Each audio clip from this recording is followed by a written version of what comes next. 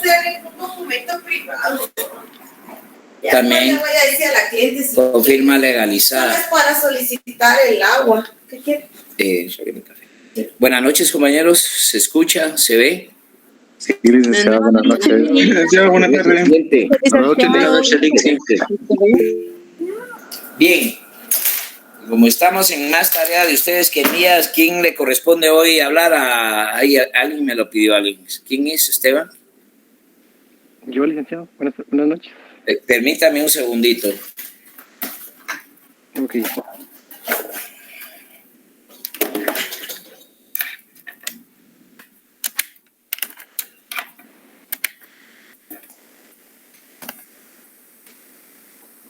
Bien, Carlos.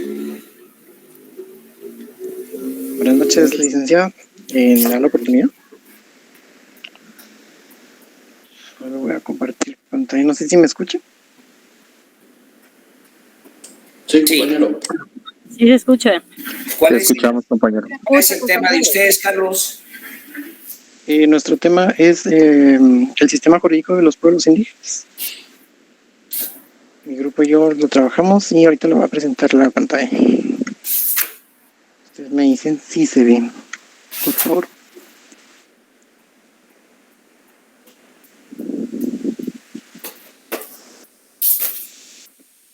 ¿Logran ver? No. No mira un compañero.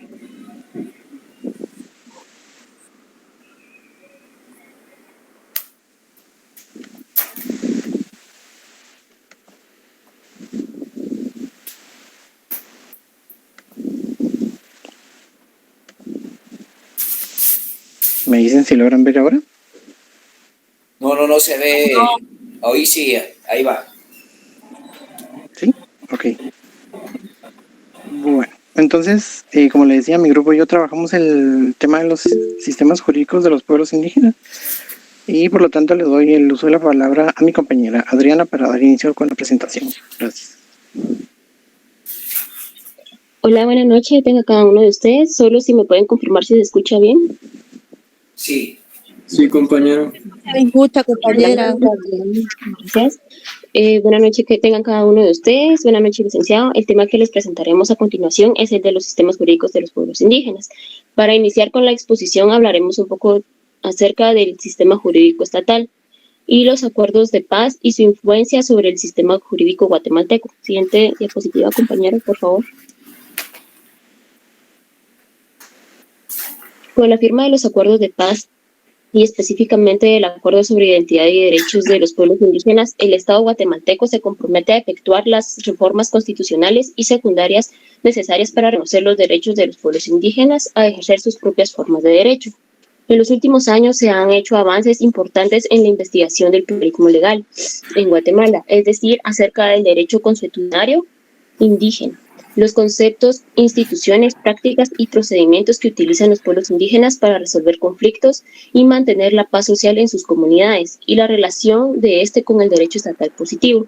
La existencia de un derecho local funcional tiene una rica y variada institucionalidad y procedimientos y una clara normatividad basada en los principios de conciliación, restitución y prevención. El derecho consuetudinario maya no es coercitivo o punitivo y está basado en una jurisdicción optativa, es decir, que no es obligada.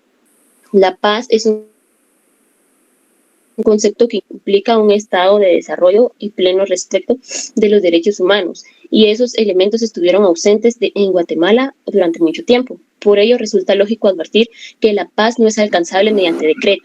Tras la firma del acuerdo, Guatemala está formalmente en paz, para lograr en la práctica un estado de paz que signifique la ausencia de violencia directa e indirecta. Se hace necesario llevar adelante un proceso en busca de desarrollo y justicia sin exclusiones. Siguiente diapositiva, por favor. Elizabeth, solo sácame de una duda. Sí, dígame, licenciado. Yo veo aquí el listado de quienes participan, pero no te veo aquí. Es que lo que pasa es que yo me llamo Adriana Elizabeth, pero en mi usuario tengo solo Elizabeth Pérez. ¿Será por eso? Sí, es eso. Sí, disculpe, licenciado. Ok, ya estamos. Ok, gracias, disculpa. Muy bien. Derecho civil. Sin duda alguna, los más perjudicados en la construcción histórica de Guatemala han sido los pueblos indígenas. Antes de la conquista, los indígenas se manejaban y vivían bajo un sistema consuetudinario basado en la religión, sobre el cual se otorgaba sanciones o penas de orden religioso, penal y civil. Reconocieron delitos como homicidio, asesinato, rapto, robo, etc. Las sanciones se manifestaban e iban desde rapado de cabello, azotes o hasta la esclavitud. Tiempo después se firmó la independencia en 1821, en la cual afirma la voluntad general del pueblo de Guatemala, cuando en realidad solo la firmaron los próceres de la independencia y en el cual se planteó un modelo de asimilación en la que automáticamente ya no habrían indígenas. Años más tarde, en 1824, con la Constitución de la República Federal de Centroamérica, los constituyentes piden un idioma nacional que se distinga de pueblos indígenas. Establecieron que los cargos y empleos solo promueven a gente alfabetizada y se establece que los indígenas calcen y se vistan como los ladinos. Esto siguió dándose hasta la época de 1945 con la nueva y revolucionaria Constitución, en la cual se suprime el servicio personal de vialidad. También se declara ilegal toda forma de discriminación, le da cabida a todos los pueblos indígenas. Por primera vez, el indígena podía votar al igual que la mujer. Fue la primera constitución en reconocer a los pueblos indígenas y ni hablar sobre el conflicto armado interno que duró 36 años, en los cuales hubo vejámenes, violaciones de derechos y masacres, y los pueblos indígenas fueron los más afectados. Teniendo esto en mente, se ve necesario la regulación, la protección y el resguardo no solo de los indígenas, sino también de sus bienes, cultura e idioma. Así entonces se debe mencionar la regulación civil, ya que la Constitución vigente el 3 de junio de 1985 se han creado normas para la inclusión del indígena. Antes que nada, debemos partir por la definición del sistema jurídico indígena, como un sistema de regulación jurídica de las relaciones recíprocas que se desarrollan en las diversas comunidades y pueblos mayas con el objeto de conducir, manejar, resolver conflictos y amparar la reproducción social. Nuestra Constitución Política de la República de Guatemala regula en su artículo 58 la identidad cultural. Dicho artículo establece que se reconoce el derecho de las personas y de las comunidades a su identidad cultural. Asimismo, en el artículo 66, protección a grupos étnicos. El Estado reconoce, respeta y promueve sus formas de vida, costumbres, tradiciones, formas de organización social, el uso de traje indígena en hombres y mujeres, idiomas y dialectos. Con esto queda claro que el Estado está obligado a tutelar al indígena, sin embargo no regula las leyes indígenas, mejor conocido como el derecho consuetudinario o derecho no escrito. Las sanciones contempladas en la justicia indígena deben ser analizadas dentro de su contexto. Por otro lado, a su vez se ve menos la protección al indígena. Al contrario, se ha visto el despojo de sus tierras en los últimos años por temas de industrialización. Esto es opuesto a lo que se establece en el artículo 68 de la Constitución Política de la República de Guatemala, en el cual establece que el Estado debe promover tierras estatales a los indígenas para su desarrollo. Hemos visto cómo el Estado regula el reconocimiento y protección de los pueblos indígenas, sin embargo, esto no se ve en la práctica. No existe tal protección, ya que los gobernantes hacen caso omiso a algunos artículos que la Constitución establece, tales como el artículo 44, que versa sobre los derechos inherentes a la persona humana. Los derechos y garantías que otorga la Constitución no incluyen a otros que, aunque no figuren expresamente en ellas, son inherentes a la persona humana. Los gobernantes creen que a la hora de crear o reformar una norma concerniente a los indígenas están haciendo un bien por los pueblos. Creen que solo es necesaria tal regulación y que quede plasmada en papel sin la necesidad de actuar y promover esas acciones escritas. Siguiente diapositiva, compañeros. Gracias. También vamos a hablar un poco acerca del Convenio 169 de la Organización Internacional del Trabajo. El Convenio 169 sobre pueblos indígenas y tribales, adoptado en la Conferencia Internacional de Trabajo en el año de 1989, surge con el propósito de reconocer los derechos de los pueblos indígenas alrededor del mundo. Asimismo, dicho convenio establece para los países que lo ratifican la creación de mecanismos sociales, jurídicos o de otra índole con el objetivo de garantizar el cumplimiento de sus derechos, fomentar el respeto e inclusión de los distintos grupos indígenas y proteger su integridad personal y su desarrollo social y cultural. La ratificación del convenio fue aprobada por el Congreso de la República el 5 de junio de 1996 y es obligatorio para Guatemala desde el 6 de junio de 1997. El convenio 169 cuenta con 43 artículos, pero solo haremos mención de algunos artículos.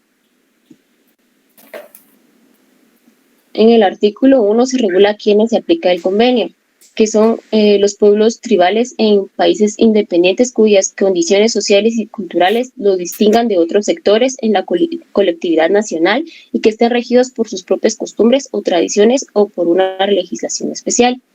A los pueblos considerados indígenas por el hecho de descender de poblaciones que habitaban en el país o en una región geográfica a la que pertenece el país en la época de la conquista o la colonización. En el artículo 2 se expresa que los gobiernos deben asumir la responsabilidad de desarrollar, con la participación de los pueblos interesados, acciones con miras a proteger sus derechos y garantizar el respeto de su integridad e identidad social y cultural, así como sus costumbres y tradiciones. Esta acción deberá incluir medidas que aseguren a los miembros de dichos pueblos gozar en pie de igualdad de los derechos y oportunidades que la legislación nacional otorga a los demás miembros de la población.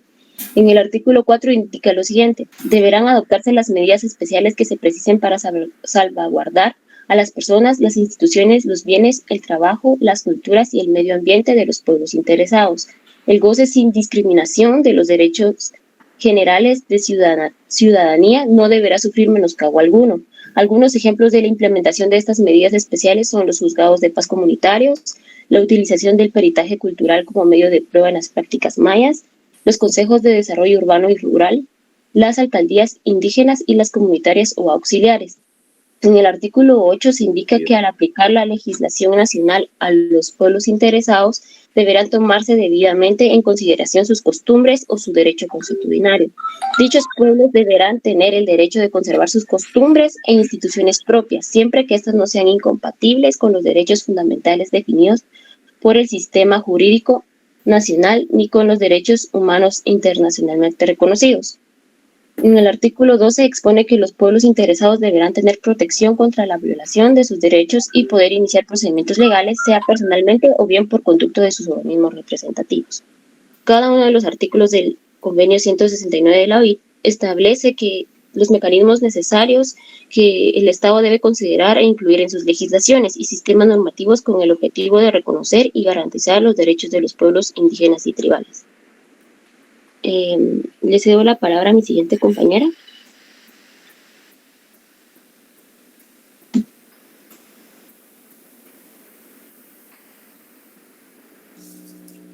Muy buenas noches. ¿Escuchan, compañeros? Buenas noches. Sí, la escuchamos. Gracias. Buenas noches. Gracias. Voy a hablarles sobre el sistema jurídico de los pueblos indígenas. Siguiente diapositiva, por favor.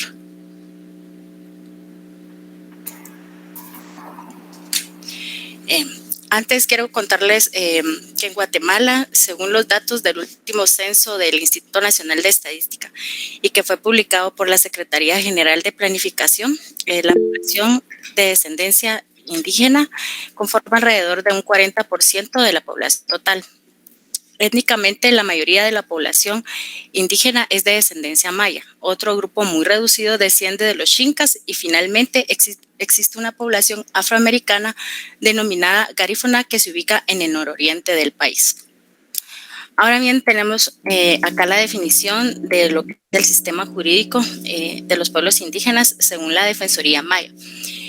Ha identificado que el derecho maya puede definirse como un sistema de vida filosófico, moral y práctico, que contempla su ontología, o sea, su razón de ser, en la cosmogonía maya, la cual establece principios y valores que enmarcan el comportamiento y desarrollo del ser humano de manera personal y colectiva, convirtiéndose en una filosofía práctica.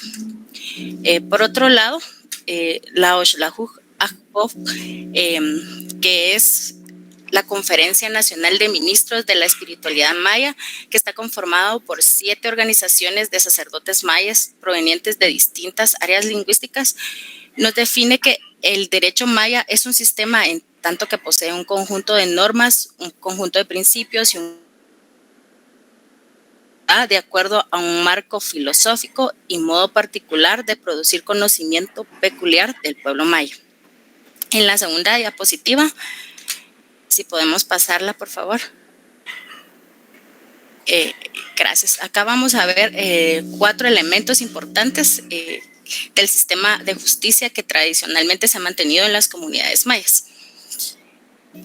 Pero antes quiero contarles que el derecho maya es un sistema con un funcionamiento que es práctico, porque se ha basado a lo largo de los siglos en la costumbre, en la sabiduría de los ancianos. Es un sistema oral porque la tradición de generación en generación es flexible porque su metodología se basa en un sistema en una justicia conciliadora y reparadora, y es dinámico ya que participan tanto los involucrados como familiares y autoridades de la comunidad. Sus autoridades basan sus decisiones en un principio de equidad, el cual se produce en base a la espiritualidad y filosofía de su propio pueblo, así como la aplicación de principios, valores y normas que regulan su propia vida, la convivencia en la comunidad y finalmente con la naturaleza que lo rodea, por lo que la idoneidad de sus autoridades no se ajusta únicamente al conocimiento del derecho positivo como lo es en el sistema de jurídico estatal. La Defensoría Maya resalta 4 elementos importantes del sistema de justicia que tradicionalmente se han mantenido en las comunidades mayas. El primero son los principios y valores, que son las experiencias e ideas que provienen de los antepasados y de la cosmovisión maya. Estos principios y valores refiere la Defensoría Maya que provienen de los abuelos, de la experiencia de los ancianos y de las ideas de los antepasados. Los principios generales son la armonía, la tolerancia, el saber escuchar, el acuerdo, el equilibrio, la tranquilidad, el respeto y el diálogo. Como segundo elemento importante tenemos las normas. Las normas constituyen el conjunto de reglas que, de acuerdo con la tradición, se aplican para la solución de los problemas o diferencias que surgen en cada comunidad, pudiendo variar de una a otra. El tercer elemento son los mecanismos o procedimientos, que se conforman por diferentes pasos o etapas que varían en cada comunidad. Es decir, que el orden no es rígido, sino que puede variar dependiendo de cada caso en particular, con la excepción del primer paso, que siempre consiste en poner de conocimiento de las autoridades sobre algún problema o situación que amerita su intervención o no. Y como cuarto elemento tenemos las autoridades. Según la Defensoría Maya, que intervienen en la aplicación de la justicia maya son aquellas a quienes la comunidad reconoce como tales, debido a que desde su nacimiento traen su nahual, que las hace aptas para fungir como tales. Cada autoridad trae su nahual, el cual se define como el conjunto de valores, de elementos y de energías que corresponden al nombre del día del nacimiento de una persona. Este nahual se complementa con la edad, con ser persona de reconocido prestigio y con un buen ejemplo de su comunidad, así como el respeto y la experiencia mostrada. Existen diversidad de libros y documentos que desarrollan los principios del derecho maya, sin embargo, desarrollarlos todos por separado resultaría muy extenso, por lo que en la presente investigación decidimos agruparlos, indicando únicamente cuáles autores consideran tales principios como parte del derecho maya. Los autores consultados son Martín Sankosh, Uxlajuj Akpop, Isaac Compagua. Ellos exponen que el derecho maya se fundamenta en los siguientes principios. Tenemos acá en la pantalla, que son la armonía, el consenso, la consulta, la complementariedad, la dualidad, el equilibrio, la equidad, el servicio comunal, el escuchar, la observación, el orden, el respeto, la sinceridad, la unidad y la voluntad.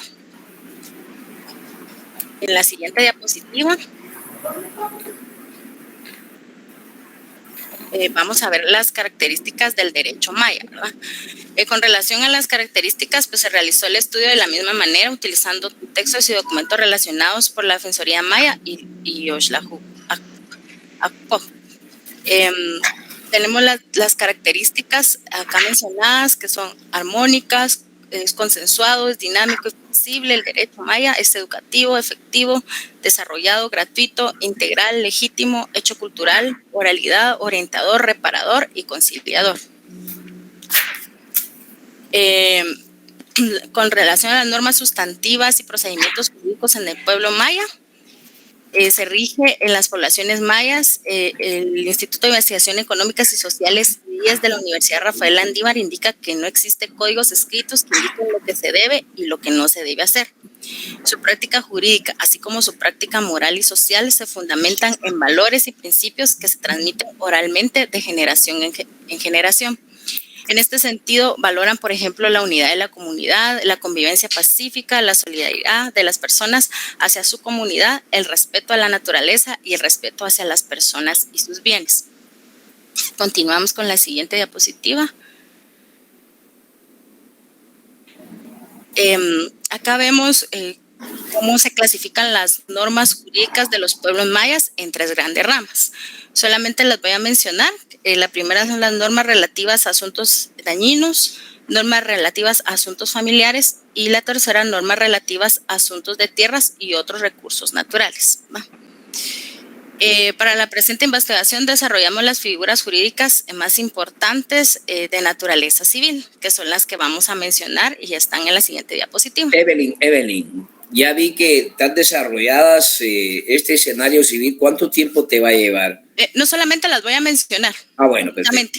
Para que no sea muy largo el asunto.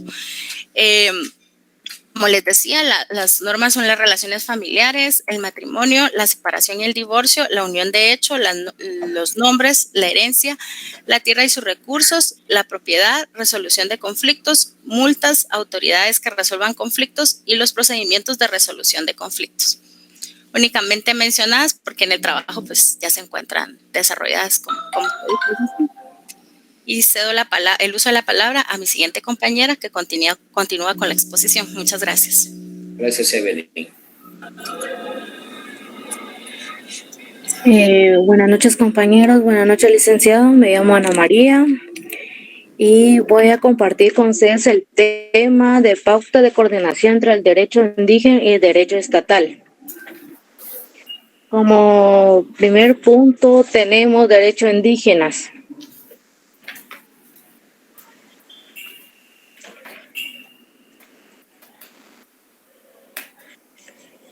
El reconocimiento ha sido difícil implementar en el Estado guatemalteco, ya que ha podido representar la realidad pluricultural del país y en consecuencia se ha marginado a los pueblos indígenas, su cultura, sus derechos y sus sistemas jurídicos,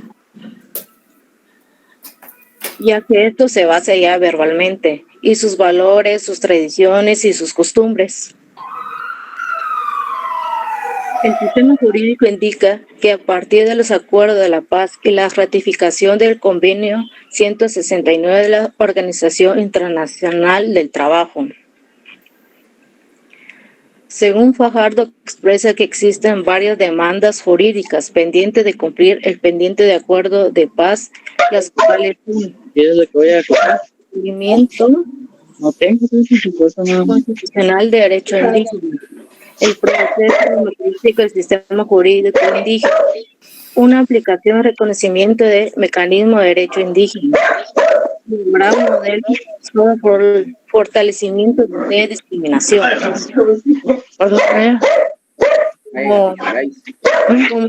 Como tengo competencia material, encontramos en el derecho y la justicia indígena esta facultad en las diferentes situaciones y conflictos en el tiempo de materia sin importar la gravedad y complejidad de las mismas. Como siguiente punto tengo competencia territorial.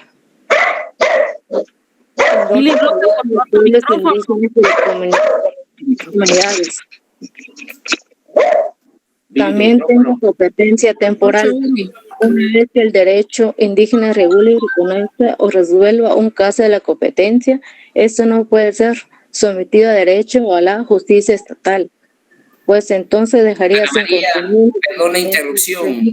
Sí, licenciado. Yo sé que estás leyendo y si vas a leer todo el trabajo nos va a llevar 1 hora.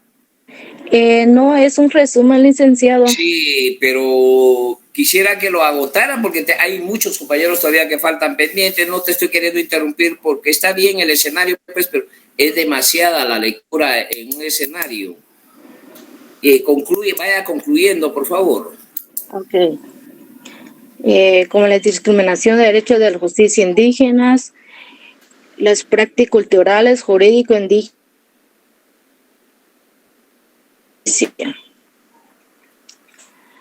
Como siguiente punto tengo el derecho estatal. En los años 1960 y 1996, Guatemala se libró un largo conflicto que culminó en un saldo aproximado de 20,000 de personas muertas durante el conflicto armado interno.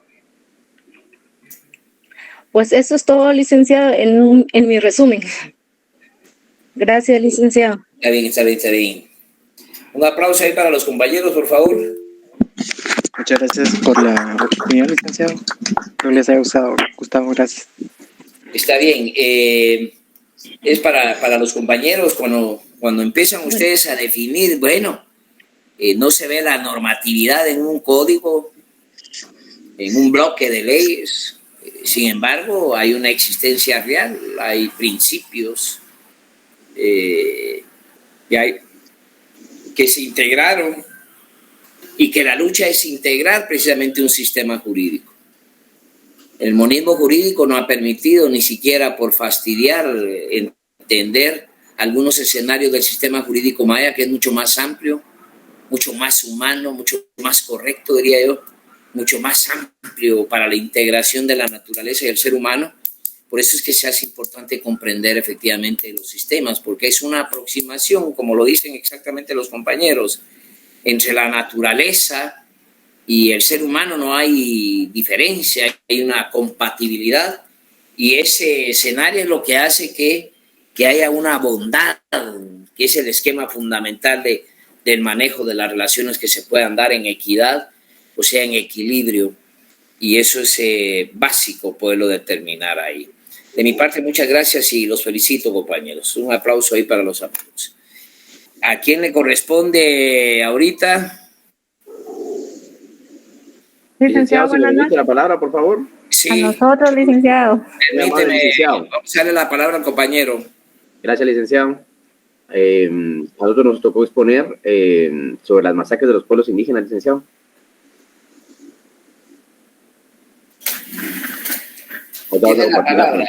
Muy amable, licenciado, gracias. ¿Está compartiendo, perdonen? No, todavía no se ve.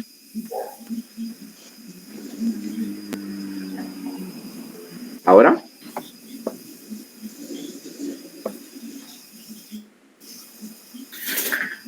sí. Ya. Buenas noches, licenciado, compañeros. Mi nombre es Mildred Alvarado y nosotros vamos a hablar en relación a los hechos de violencia a los pueblos mayas, Canjobal, Chuj, Ixchil, Quiché y Achí durante el conflicto armado 1980-1985. ¿Cuál es el tema? Perdón. Hechos de violencia a los pueblos mayas, Canjobal. Ya lo vi. Ok. Continúe. Ok. Siguiente compañero, por favor. El periodo objeto de análisis para nosotros fue el comprendido entre los años 1980 y 85, porque fue en esta época donde se registraron mayores índices de violencia y violaciones a los derechos humanos de estos pueblos: Canjobal, Chuj, Ixchil, Quiché y Achí. Siguiente. Los pueblos mayas, Canjobal y Chuj, son los pueblos indígenas ubicados geográficamente en Barías, Nenton y San Mateo Ixtatán, al norte del departamento de Huehuetenango. Algunas personas recuerdan el primer contacto con el ejército, y es ahí donde mencionan que vieron al ejército cómo los convocaron a una reunión y les platicaron sobre proyectos como el agua potable, construcción de carreteras, entre otros, y dejaron organizadas a las patrullas de autodefensa civil encargadas de vigilar el lugar. Esto ocurre alrededor del mes de junio de 1982. Siguiente.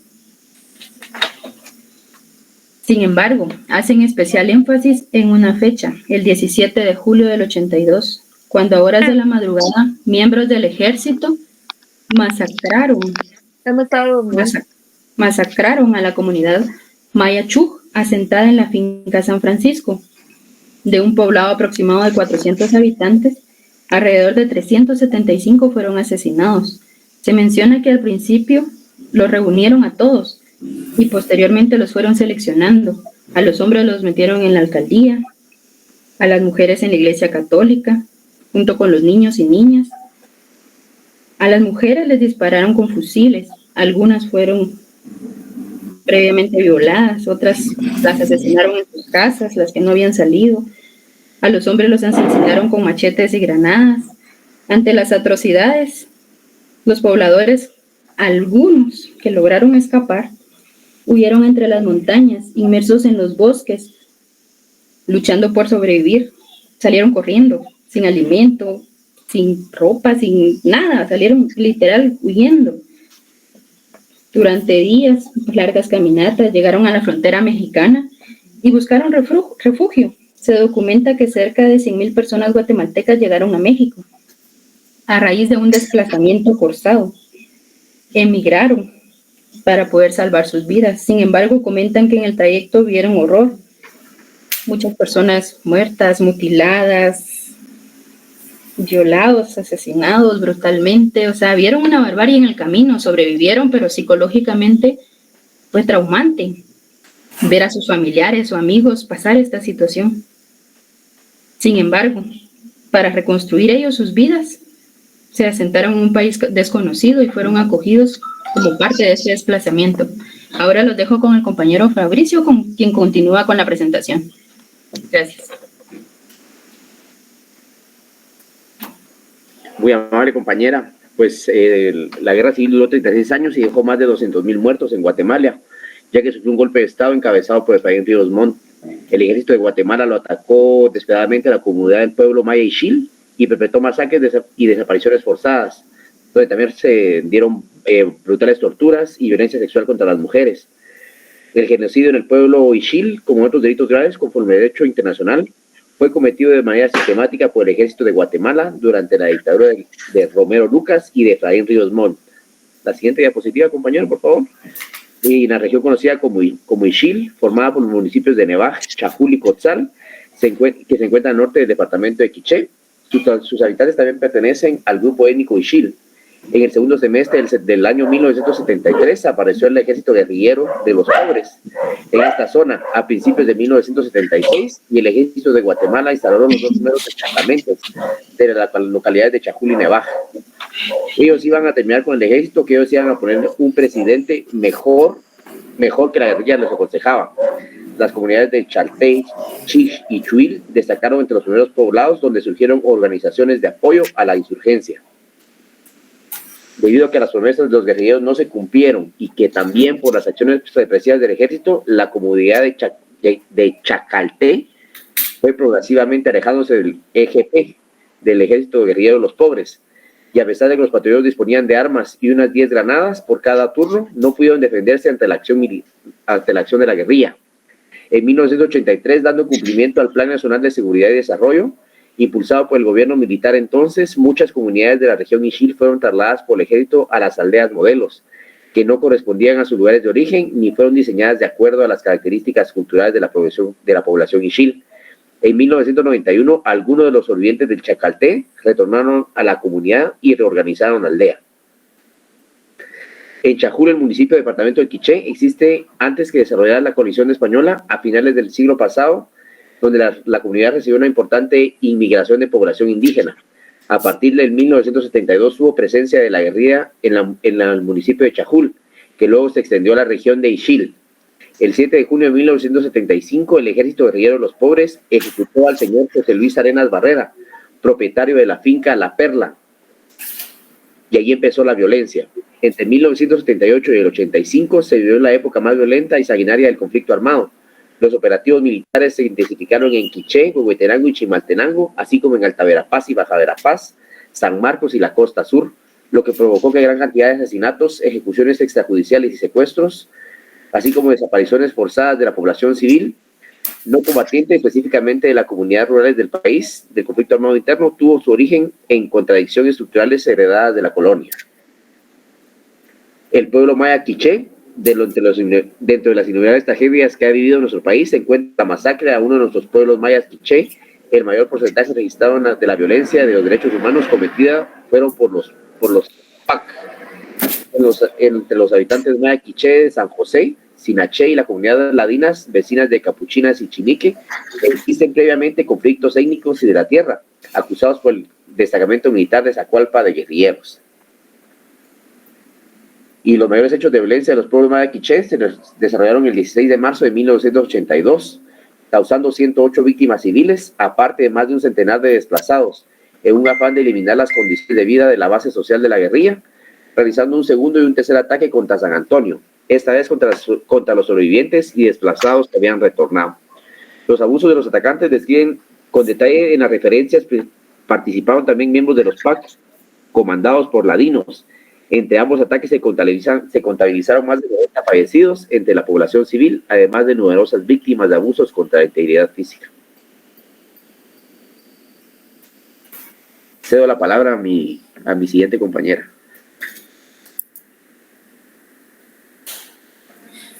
Buenas noches, licenciado. Buenas noches, compañeros. Soy Brenda Santizo. Ahorita vamos a hablar sobre los mayores hechos de violencia de maya quiché.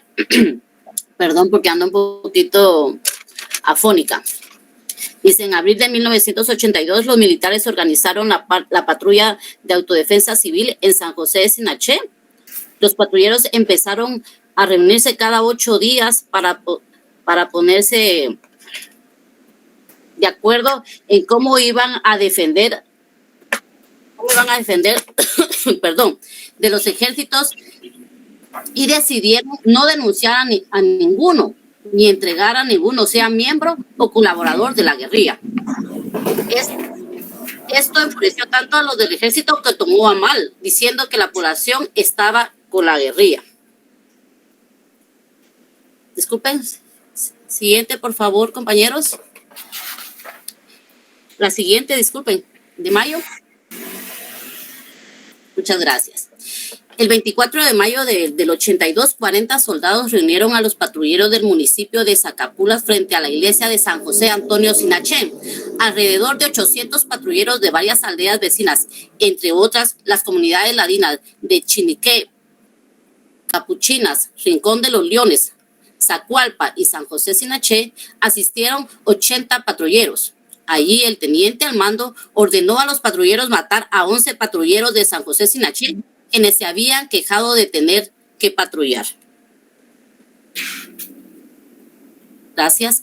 Entre junio y julio de 1982, a diferencia de las anteriores áreas de operaciones, la de Zacualpa no estaba bajo la responsabilidad de una fuerza de tarea, sino de la zona militar con sede en la cabecera departamental de Huehuetenango.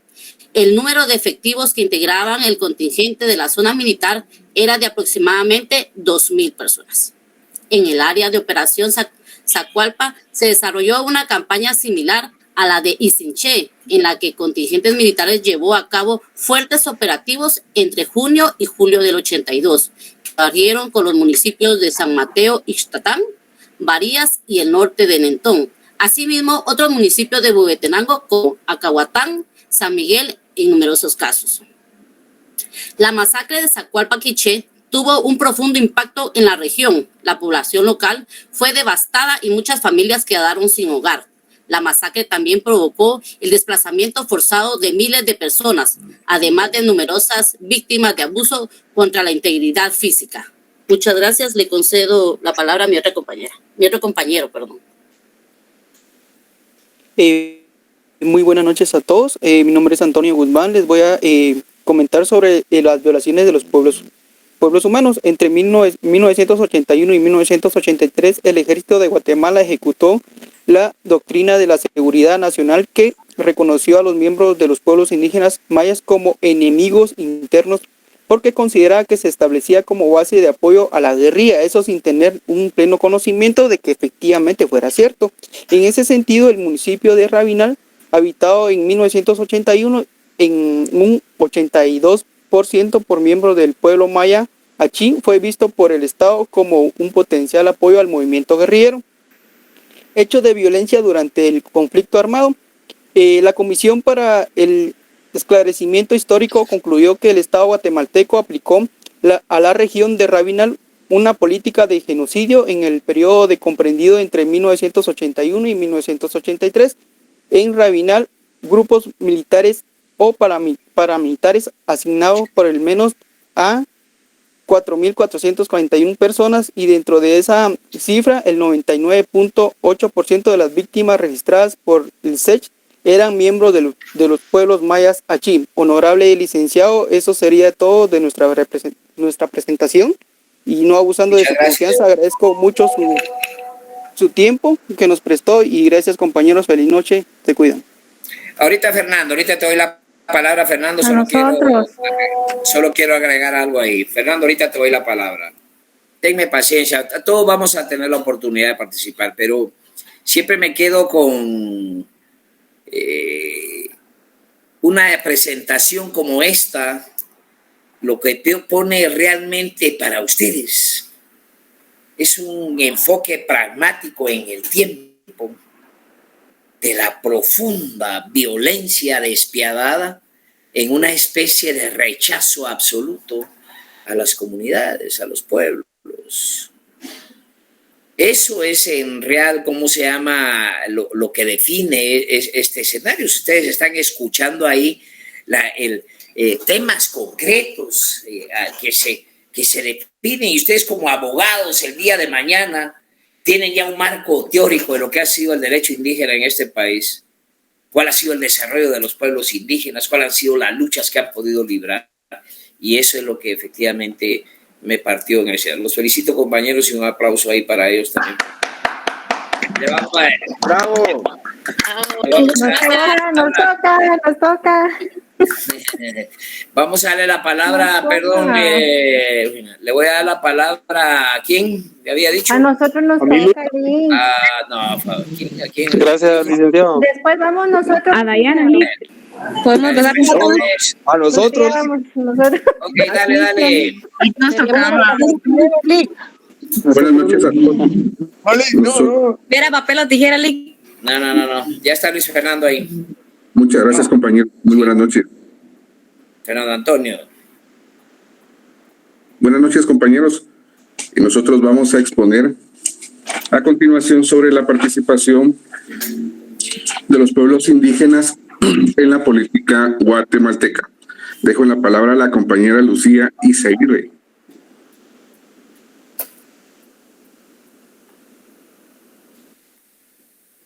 No se escucha, Lucía. No se escucha. Perdón, buenas noches, licenciado. Compañeros, vamos a hacer un breve resumen así rapidito para que todos pasemos sobre nuestro trabajo de investigación. Y nuestro trabajo de investigación, más que todo, es sobre la manipulación de los pueblos indígenas en la política. Entonces, vamos a platicar sobre lo que es la manipulación ejercida en el ámbito político, y para eso tenemos que tener claro que Guatemala es una sociedad multiétnica, pluricultural, multilingüe, donde alrededor de la mitad de la población de habitantes son pueblos indígenas, mayas, chincas, garífunas. Entonces, los indígenas han sido excluidos políticamente, discriminados culturalmente y marginados económicamente en la sociedad nacional. Además de estos indicadores de desarrollo humano y social que nos hablan de la situación extremadamente difícil de los pueblos indígenas, esto día con día se enfrentan a la discriminación racial y étnica, que son manifestadas más que todo con actitudes de desprecio y rechazo, ¿verdad? Inclusive en los medios de comunicación, los prejuicios en contra de su cultura y el uso de la lengua, ¿verdad? Entonces, tomando en cuenta estos aspectos, podemos decir que la población indígena ha venido siendo excluida de la política, siendo así manipulados por todos esos grupos políticos que solo desean alcanzar el poder. La población indígena ha sido manipulada con las falsas promesas de asistencialismo, otorgándoles así pues bolsas solidarias, láminas, bonos, a cambio de obtener el voto de los pueblos, ¿verdad? Gracias a esta situación que se vive en Guatemala y América Latina, pues muchos de los partidos políticos que desean incrementar su popularidad buscan este porcentaje de población, ¿verdad? Ya que en Guatemala 6 millones, 7 millones más o menos de la población es parte de la población indígena, ¿verdad? Entonces, tenemos casi la mitad, ¿verdad?, de esta población. Entonces, buscan, ¿verdad?, el provecho de la ignorancia y la necesidad que sufre la población, ¿verdad?, prometiendo mejoras a sus comunidades y elevando su autoestima con falsas promesas, pero la realidad es distinta, ¿verdad?, ya que el corredor seco, la pobreza extrema, las calles en mal estado, la falta de empleo, la falta de acceso a la educación, es la realidad, ¿verdad?, de la sociedad guatemalteca, que ningún gobierno que ha pasado por las arcas del Estado ha logrado combatir. Entonces, en ese sentido, pudimos determinar a través de nuestra investigación cuáles son esos factores que propician el escenario de la manipulación de los partidos políticos en los pueblos indígenas, pero no solo en los pueblos indígenas, sino también el escenario se da a nivel nacional, ¿verdad?, con la intención de obtener el voto del ciudadano. Los partidos políticos utilizan la estrategia de hacer propaganda sobre las situaciones actuales por las que está atravesando nuestro país y pues situaciones como todas las, ya sabemos, ¿verdad?, lo que es la corrupción, la inseguridad, la salud, la canasta básica. Utilizan estos problemas sociales para hacer falsas promesas mientras consiguen lo que quieren, ¿verdad? Pero dentro de los principales factores podemos mencionar como lo que es el hambre, las limitaciones, el acceso a la vivienda, la falta de educación constante, ¿verdad? Entonces, es por eso que nosotros como estudiantes y futuros profesionales pues debemos tener que ser conscientes, tener criterio propio, investigar a los candidatos, ¿verdad? Y sobre todo no debemos permitir que las mismas familias de siempre, que ahora son, ¿verdad?, hermanos, tíos, sobrinos, son los que tienen cooptadas las instituciones, ¿verdad? La misma gente vividora del Estado es la que quiere seguir viviendo de eso, ¿verdad? Porque, que saben, los ARSUC, por mencionar alguno, ¿verdad?, otras familias que han estado años tras años en el poder porque de esto vive, del Estado. Entonces, todos tenemos que tener conciencia a la hora de ejercer nuestro voto, porque no solo es en la población indígena que se aprovechan de la ignorancia de la gente, ¿verdad?, sino es a nivel nacional. Muchas gracias, licenciado. Está bien, Lucía. Para todos... Ay, perdón, licenciado. Solo en esta diapositiva, solo pusimos unas imágenes como referencia. No tenemos nada en contra de estos partidos políticos, solo es para que ustedes tengan el claro ejemplo de la manipulación a la que llegan estos partidos, ¿verdad? Por acá hay un partido que dice que va a haber una tablet gratis para los niños de las escuelas, con internet gratis. Y si nos damos cuenta de la realidad, lo que es la alimentación o la refacción de los niños en las escuelas está valorada por 3 quetzales. Entonces, ¿de dónde van a sacar tablet, internet para darle a todos los estudiantes si la refacción la tienen valorada en 3 quetzales? Entonces, ahí claramente podemos ver de que es una gran mentira. Igual por ahí hay una donde dice que bono de 5,000 quetzales para las mujeres. O sea, no hay dinero y lo poco que hay, ellos se lo roban. Entonces, no tenemos que dejarnos engañar, ¿verdad? Solamente, licenciado, gracias. Hay algunos criterios que son objeto de mucha valoración en este tema precisamente de manipulación o no manipulación. Hay organizaciones sociales en este país que tienen mucho más conciencia de clase que muchos de nosotros y han asumido roles importantes en la vida política de este país. Yo he sido muy claro al manifestarme en ello. No es solamente ver al indígena como una capacidad de ser manipulado. Yo he visto a abogados, o estamos bien claros lo que ha pasado con nuestras autoridades, lo que pasa como abogados, el papel que jugamos algunos, el tema de definir que se doblega o se engaña precisamente a los sectores ancestrales, pero los que van más manipulados con una razón obcecada del continuismo político son los mismos que siguen el criollismo, ¿no? Los mismos de siempre. Entonces, pero está bien porque efectivamente cuando se plantea uno en los procesos electorales, la verdadera esencia de participación sigue siendo la Revolución de Octubre, que no hay más que compromiso social, compromiso de integración de todos los pueblos. Y eso es válido Y bueno, los felicito porque ahí está la oportunidad de haber expresado, compañera. Los felicito a todos, por favor. Hoy un aplauso para todos. Fernando, le corresponde. Fernando, a ti te corresponde el tema de la mina. Licenciado, nosotros no hemos terminado nuestra presentación todavía. Ah, no, yo pensé que ya la habían terminado, perdón. Eso era solo uno de los temas. Va, dalo de una vez, pues, y le toca a Fernando, por favor. Con el tema de la minería, Fernando.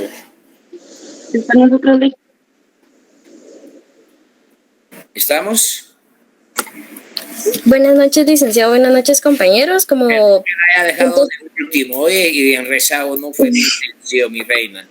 No se preocupe, licenciado. Pues nosotros, para abarcar los temas de la participación política de los pueblos indígenas, primero tenemos que tomar en cuenta que votar incluye el sufragio activo en cualquier tipo de elecciones, consultas populares, y se trata de un acto meramente personal e individual. No puede hacerse colectivamente.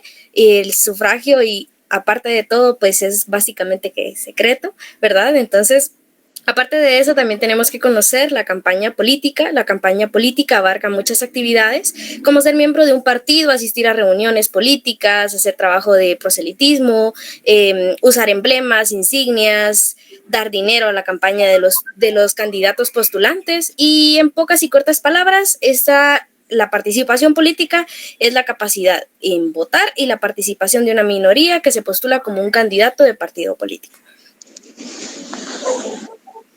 Ahora bien, con los antecedentes históricos que manejamos, ¿verdad?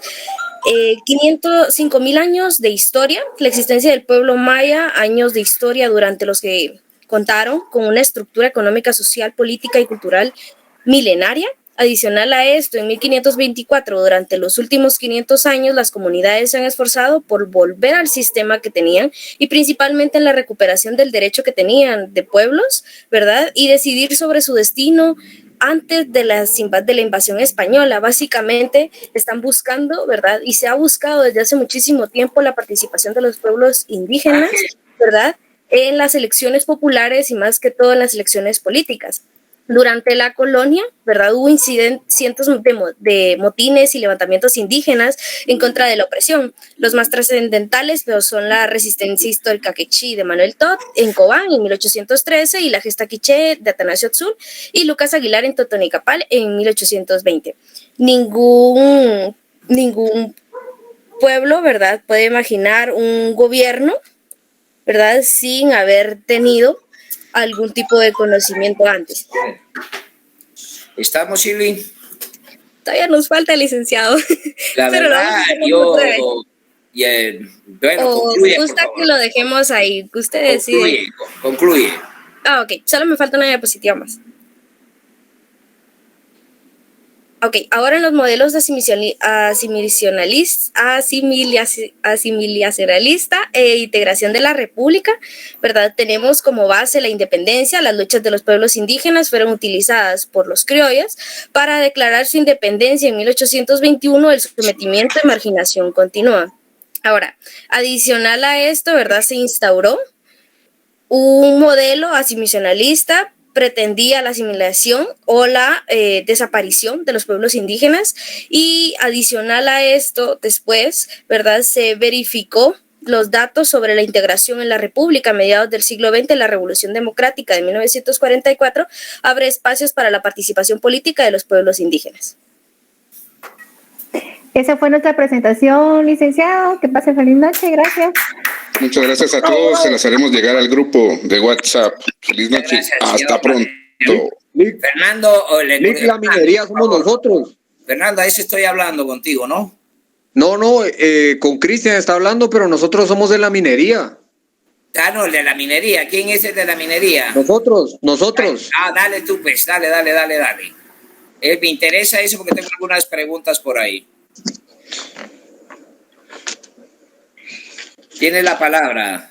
Buenas noches, licenciado. Buenas noches, compañeros. Nosotros vamos a presentar sobre... Cristian, pues solo dame un chancecito acá. Es el tema de la minería, ¿verdad? Sí, es el despojo de las tierras de los pueblos indígenas de las minerías en Izabal. Ya lo leí. Y tengo algunas preguntas ahí que me dejaron un poco, pero yo sé que tienen trabajo ahí. Te voy a dar la palabra ahorita, Cristian. Buenas noches, licenciado. Buenas noches, compañeros. Nosotros vamos a exponer sobre el despojo de las tierras de los pueblos indígenas en Izabal en el gobierno del doctor Yamatei 2020-2023 para la explotación de las tierras por extranjeros rusos, el níquel como metal de guerra. El primer tema es la alfombra mágica rusa. Este tema se dio en el año 2020.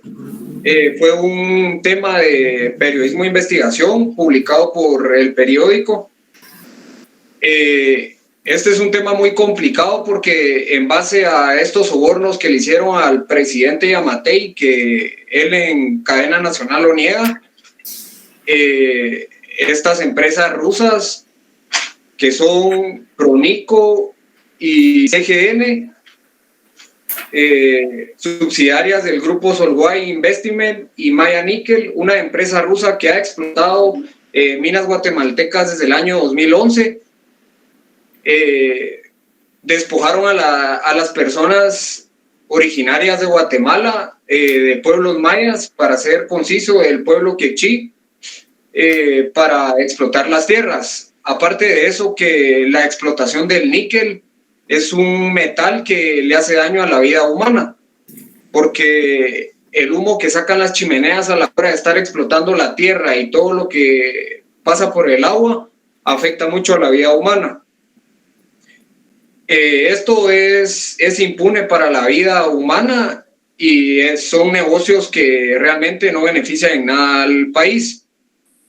Yo sé las preguntas que usted tiene, licenciado, son referente a que yo me di cuenta cuando le estaba entregando el trabajo que el trabajo que usted tiene no lo imprimieron al trabajo que usted me firmó, no es igual. Yo me di cuenta. Yo sé que las preguntas que me va a hacer es que los temas están revueltos, pero sucede que el de la imprenta nos imprimió mal el trabajo y a la hora de llevarme la copia me di cuenta de eso. Pero si ese es el problema, yo le puedo ir a entregar. No. Continúa, por favor. Ese no nos limita. Sí. El siguiente tema es quién le da las licencias mineras a las empresas para que ellos puedan explotar la tierra. Y esto, a mi punto de vista, está mal, porque estas licencias mineras no deberían de ser tan fáciles para que estas personas puedan venir a nuestro país, llevarse los recursos y no dejarnos muchas regalías. Las licencias son otorgadas por el Ministerio de Energía y Minas para que puedan hacer las operaciones donde las licencias sean aprobadas. Eso sería la exposición de nosotros. Y pues sigue mi compañero. Al finalizar la exposición, mi compañera me va a hacer el favor de presentar unas noticias que yo tomé captura de pantalla para poder explicarles el tema. Muchas gracias, licenciado.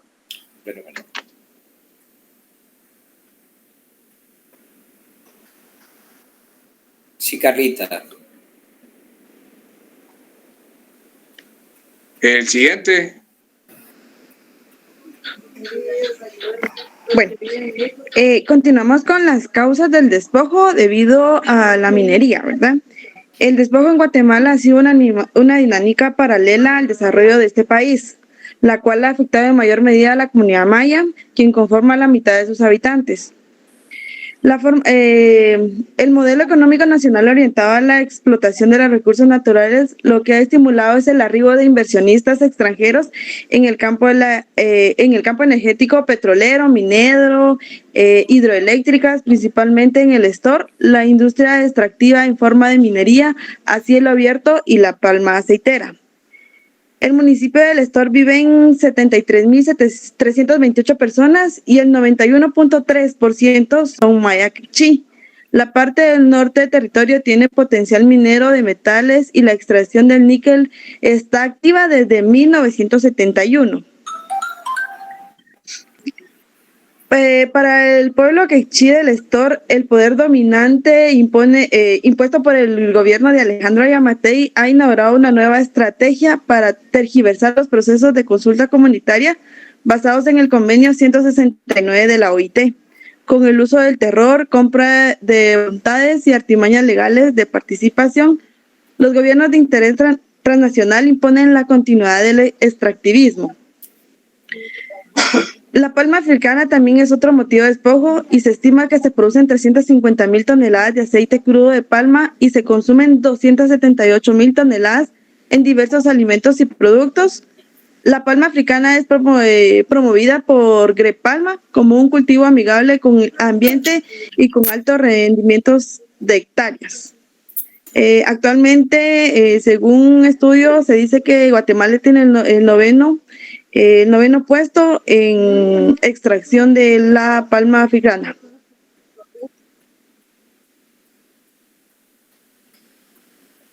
Buenas noches, licenciado. Buenas noches, compañeros. Yo voy a hablarles acerca de los abusos a periodistas.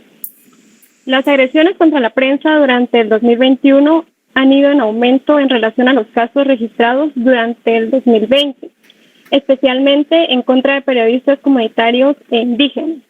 Haré mención de algunos periodistas que han sufrido agresiones. Rudy López, Gerson Chitumul Morales, Santiago Botón, María Huarchac, Regina Pérez, Abelino Chucal, María Magdalena Kupchok, Cristóbal Pop, Vicente Rax Pop, Eduardo Bimpou, Juan Eduardo Caal Suram, Tomás Cucul, Marco Tulio Cook, son defensores de derechos humanos y miembros de la gremial de pescadores del Estor, Izabal, criminalizados por denunciar la contaminación del lago de Izabal por la empresa extractora de níquel, quienes el 27 de mayo del 2017 salieron a manifestar contra la empresa minera y fueron reprimidos y criminalizados, dejando el saldo de un pescador fallecido, Carlos Mas, y los hechos ocurridos de ese día dejaron una lista larga de personas con orden de captura. Carlos Ernesto Choc, de 37 años, vio cómo una gran mancha roja en aguas del lago de Izabal se acercaba a orillas de su pueblo llamado El Estor, situado en la costa atlántica de Guatemala. Choc, quien es periodista comunitario y en ese momento laboraba en la Oficina de Gestión Ambiental del gobierno local, tomó su cámara y comenzó a documentar para realizar un informe completo para el gobierno local. Los pescadores se organizaron y siguieron el rastro de la mancha roja. Fue así que comprobaron que se trataba de aguas residuales que salían de un punto cercano a la planta procesadora de níquel, que bajaban por el río Polochic y terminaban en el lago. La Corte Constitucional de Guatemala ordenó el 19 de junio último suspender la operación de la mina, realizar una preconsulta y consulta con las poblaciones del área de influencia en un plazo de 18 meses y confirmó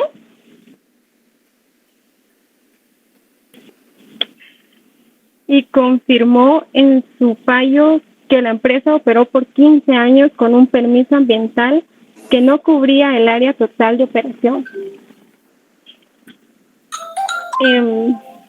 Por parte de la Universidad de San Carlos de Guatemala se mandaron a hacer pruebas acerca del lago de donde los residuos provenían de la mina de la empresa de níquel. Los resultados arrojaron que los residuos no provenían de la compañía guatemalteca de níquel, sino que los pobladores eran quienes estaban contaminando el lago. No estando conforme, se mandó a Alemania a hacer 2 pruebas en donde confirmaron que los residuos provenían de la compañía guatemalteca de níquel. Dejo en uso de la palabra a mi compañero Luis. Muchas gracias por su atención. Gracias, ¿qué tal? Buenas noches. Actualmente, los líderes comunitarios que están en defensa de los pueblos, como Cristóbal Popcock, que es actualmente el presidente de la gremial de pescadores artesanales del Estor, está siendo criminalizado desde mayo del 2017 por la empresa de origen ruso. Esto lo hacen desde las instituciones judiciales de Guatemala, que están deteniendo bajo acusaciones arbitrarias a personas que están luchando por los derechos humanos y ambientales. En los últimos días también a la lideresa maya del pueblo Pocomchi, Sofía Tot, y líder han sido detenidos tras participar en acciones de protesta medioambiental. Apenas unos días antes de estos arrestos, en las cercanías de la minería se participó en una protesta pacífica, estuvieron de plantón y por estos motivos fueron ellos detenidos. Estos líderes denunciaron ante la Comisión Interamericana de Derechos Humanos que el Estado los despojó de sus tierras y que ilegalmente estaban produciendo como conflictos agrarios. Consideraron también que el Ministerio de Energía y Minas, en lugar de proteger los bienes naturales, está cediendo ante los intereses de la minería. También hay denuncias por la Contraloría General de Cuentas por no haber suspendido el proyecto de la compañía, ya que estos ya había una orden judicial de la Corte Constitucional para detener las actividades. Para el pueblo quechí realmente el precio por proteger los recursos naturales ha sido la criminalización y el asesinato y han estado bajo amenazas, ya que como conocemos este es un país en el que los despojos de las tierras siempre han prevalecido, además de la exclusión de las mujeres por causa del patriarcado. Entre lo que podemos entender de los que están incriminados está desde el presidente y los intereses de las explotación minera. Desde el año 2017 la Corte Suprema de Justicia amparó a las comunidades indígenas del Estor por la falta de una consulta y ordenó el cese de las operaciones de la mina. Esta consulta tuvo un amañamiento desde el principio, desde la municipalidad, que llevó a algunos grupos para que saliera a favor de ellos y no de las personas que estuvieron en la consulta, no tenían nada que ver con los grupos de los pueblos indígenas. Ellos iniciaron debido a esto un proceso de resistencia, con lo que la respuesta represiva fue brutal. Además de los ataques a la población, se impuso un estado de sitio, un estado de prevención que duraron casi 2 meses, dando lugar a que esta consulta amañada siguiera su rumbo, ¿verdad? Se decidió a dedo, ellos escogieron quiénes eran las autoridades ancestrales a conveniencia y la clara violación a los mandatos que se estaban dando, ¿verdad? Desde el área del Ministerio de Energía y Minas. En el 2022 se indicó que se cerró la consulta, que toda fue amañada, ¿verdad? Desde el principio, porque no eran las personas del pueblo, sino eran personas que ellos habían ya escogido y que estaban como representantes de los pueblos, no siendo verídico, ¿verdad? Entonces ahora indicó que se cerró la consulta del ministerio y los resultados fueron a favor de la minería, obviamente, porque todos los que llegaron ahí votaron a favor de la minería. En la actualidad, los pueblos piden la propiedad o derecho ancestral. Ya se había intentado desalojar a las personas en 4 ocasiones, sin embargo la comunidad representada por el abogado Elías Díaz de Puerto Barrios interpuso un amparo que detuvo dicho proceso. La Universidad de San Carlos se pronunció ante estos hechos en torno a la mina Fénix en el Estor, que generó conflictividad social. Mediante un comunicado detallan que las acciones de extracción de níquel en esta región han derivado en impactos socioambientales negativos provocados por la explotación y procesamiento de metano en la mina. Ahí estaría mi parte. Bueno. Siguiente. Vamos a ponernos de acuerdo en varios escenarios aquí. Uno es, hoy se presenta el próximo grupo en la próxima clase, que hace falta como 4 grupos, 1, 2, 3, 4, yo creo que lo terminamos en la próxima. Cristian, la pregunta es un escenario que solo lo llamo la atención en los trabajos de investigación. se requiere tener certeza en las opiniones que se emiten. Me llamó mucho la atención es que hay una línea donde dice que ese mineral está delicado o está siendo utilizado y llevado para las bombas en Rusia, para atacar a Ucrania. Me pareció altamente atrevido. Para empezar, ese solo es como un llamado para, en los trabajos de investigación hay que tener una profunda certeza en el acercamiento. No es tanto por la deducción que uno maneje en nuestra propia inteligencia, sino realmente es una lógica específica y dada por los argumentos investigativos que tienen. No sé si me estoy explicando. Sí, esa información la sacamos del trabajo periodístico que hicieron. A eso voy. Si yo le hago caso a la Ana Lucía Mazariego, le hago caso a los periodistas de TV7, TV Azteca, yo no salgo. Pero no estoy diciendo que no hayan atrevimientos de esa naturaleza, ¿me explico? Pero incluso en esta presentación, si usted se puede dar cuenta, ahorita mi compañera estaba presentando unas capturas de pantalla que hicimos de las noticias. Yo siento de que este trabajo de investigación periodística tiene su ciencia y los periodistas no van a publicar noticias sin tener veracidad de lo que están diciendo. A eso voy, aquí vuelvo a caer otra vez contigo. En Guatemala no hay periodismo. Si tú me defines un periodista, quiero saber quién. Cuando me refiero a esto, yo estoy diciendo que no hayan o manipulaciones informativas, efectivamente por los grandes intereses que existen alrededor de estos temas, me explico. Pero no puede alguien decir, yo viene que sacan el material de Guatemala para llevar y hacer bombas en Rusia para atacar Ucrania. Eso no es cierto. No hay una sustentabilidad. Pero no quise esto meterlo para polémica, Cristian, por favor. Si lo revisas y lo defines, hay conclusiones ahí que son altamente atrevidas. Eso es lo que te quiero decir. Por de mi parte me parece bien el trabajo. Creo que fue una acuciosa forma de traernos algo para este escenario de participación. Los voy a otra vez más que felicitarlos y agradecerles siempre su participación y les doy un aplauso y nos miramos en la próxima clase, por favor. Licenciado, licenciado, disculpe, una consulta.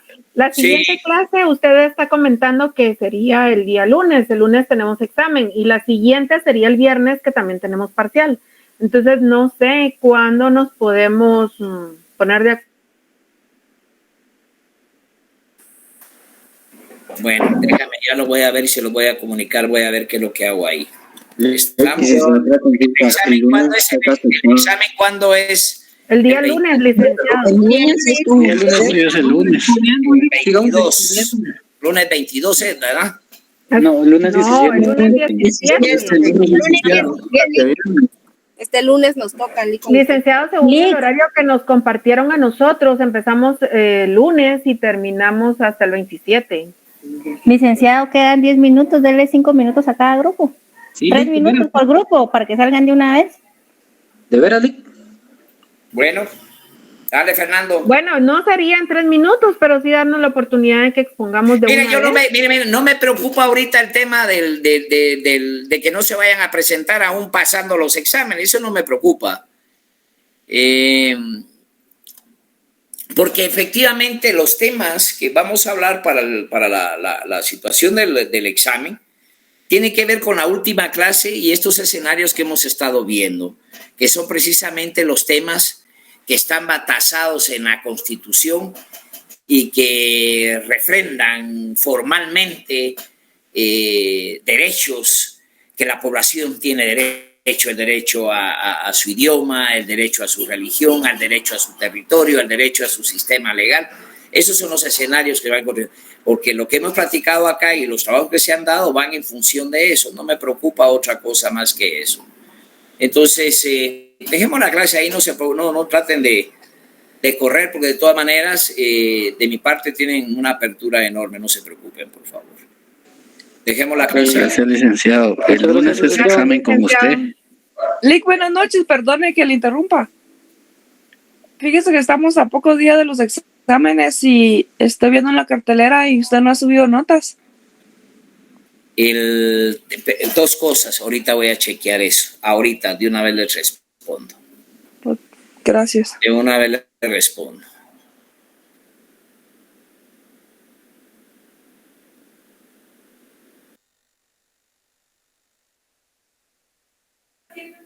Ya está publicado. Ya está publicado, dice, no hay problema. Recién lo subieron, disculpe, porque yo hace rato revisé. Oye, ahorita me están diciendo que ya lo subieron. Ok, gracias, mi amor. Bueno. Gracias, Lic. Bueno. Muchas gracias. Buenas noches. Cuídese, Lic. Gracias, Lic. Feliz noche. Gracias, Lic. Lo vemos el lunes a las 5 para el examen.